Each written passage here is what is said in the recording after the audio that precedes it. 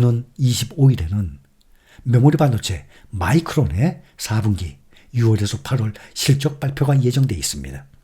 이번 주 미국의 마이크론은 메모리 반도체 업계에서 가장 먼저 분기 실적을 발표합니다. 다만 마이크론의 실적에 대한 눈높이는 낮아지고 있는 추세로 보입니다.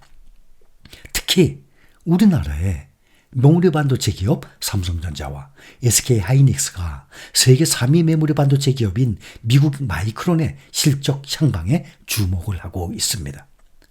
국내 증시 부진 배경으로 반도체 업황 둔화 우려이 작용하는 만큼 마이크론의 이번 실적 발표가 중요하다는 분석입니다. 마이크론은 메모리 반도체 업계 가운데서 항상 가장 먼저 분기 실적을 발표하는 만큼 업황 전망에 중요한 이정표를 제시하고 있습니다. 모건 스탠리는 SK하이닉스 목표 주가를 26만 원에서 반토막 이상으로 12만 원으로 크게 낮췄어요. 투자 의견도 비중 확대에서 비중 축소로 2단계 하향 조정했습니다. 삼성전자의 목표 주가도 10만 5천 원에서 7만 6천 원으로 대폭 내렸습니다. 그래서 연휴 이후 첫 거래일인 19일 SK하이닉스 주가 6.14%나 폭락했습니다. SK하이닉스와 삼성전자의 주가는 지난주에 이 거래일 동안 추석 연휴 끝나고 난 다음 이 거래일 동안 각각 3.5%, 2.17%씩 감소했습니다. 국내 대표 반도체 종목이죠. 삼성전자, SK하이닉스가 최근 한 달간 시가총액만 100조 원 이상 증발하는 부진을 보였습니다. 두 종목의 시가총액 감소액이 117조 1817억 원으로 전체 코스피 시총의 5%에 해당하는 금액이 한 달 만에 증발을 한 것입니다. 국내 반도체 관련 종목들이 부진을 이어가면서 국내 증시도 빅컷 효과를 제대로 누리지 못하고 있습니다. 미국 연준이 기준금리를 0.5% 인하한다고 발표한 뒤 이틀간 코스피 상승률은 0.7%에 그쳤습니다. 일본의 니케이 평균주가 3.69%, 대만의 좌치한 지수 2.22% 상승률에 한참 못 미치는 수준입니다. 외국인 투자가들의 이탈이 가속화하고 있다는 점도 앞으로 국내 증시 전망을 어둡게 하고 있는데 올해 7월까지 순매수를 이어오던 외국인 투자가들이 8월에 코스피에서만 2조 8,680억 원을 순매도했고 이번 달 들어서 6조 원 넘게 팔아치우고 있습니다. 20일 기준 코스피의 외국인 투자 비중이 33.29%로 떨어져서 2월 21일 33.28% 이후 7개월 만에 가장 낮은 수준으로 줄어들었습니다. 또 최근에 SK하이닉스에 대해서 매도 보고서를 발간한 글로벌 투자은행이죠. 모건 스탠리 이번에는 네덜란드의 반도체 장비업체 ASML의 투자 의견을 비중 확대해서 중립으로 하향 조정했습니다.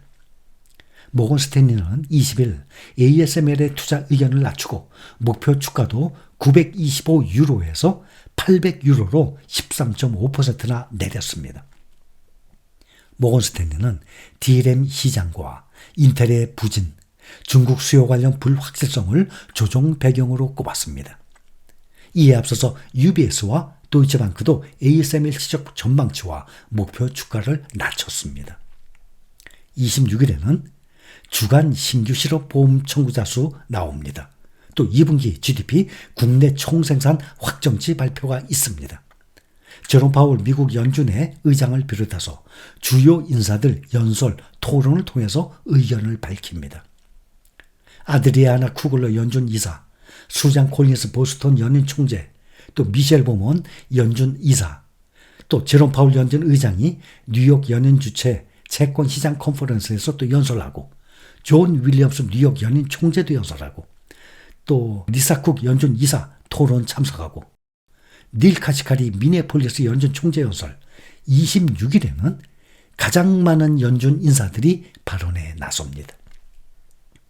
이번 주에는 미국의 올해 2분기 성장률 확정치가 나옵니다.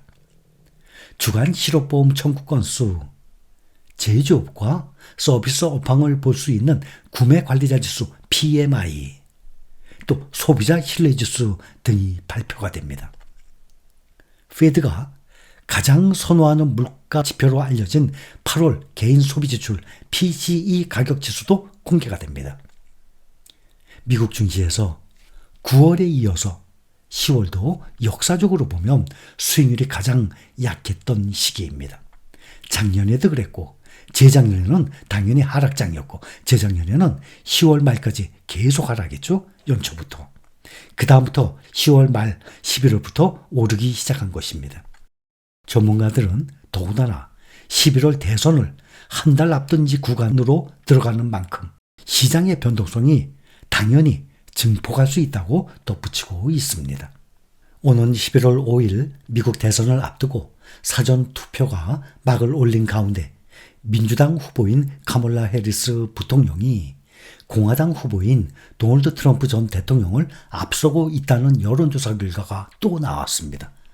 대선 결과를 좌우할 경합주에서 해리스 부통령이 우위를 점하고 있으나 오차범위 내에서 근소하게 앞서서 초박빙 양상으로 흘러가는 미국 대선 결과를 당일까지 예측할 수 없다는 전망이 지배적입니다.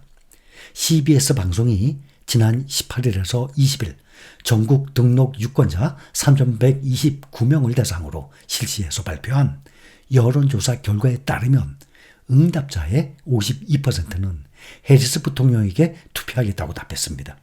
트럼프 전 대통령을 찍겠다고 답한 응답자 48%보다 4%포인트 많은 수준입니다. 선거 승패를 좌우할 경합주 7곳의 유권자 중에서 해리스 부통령을 찍겠다는 응답은 51%로 트럼프 전 대통령 49%를 2%포인트 앞질렀습니다.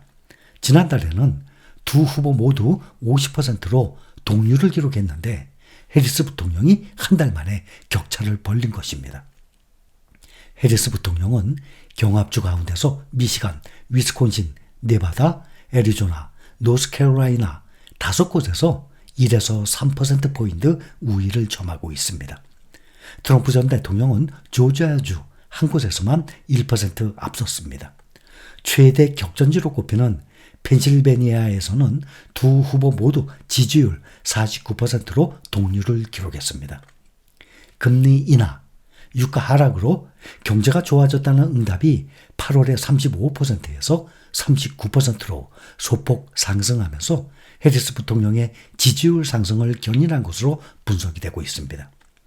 투표 시 경제를 가장 중요하게 여기는 유권자 중에서 해리스 부통령 지지율은 8월 43%에서 47%로 올라갔습니다.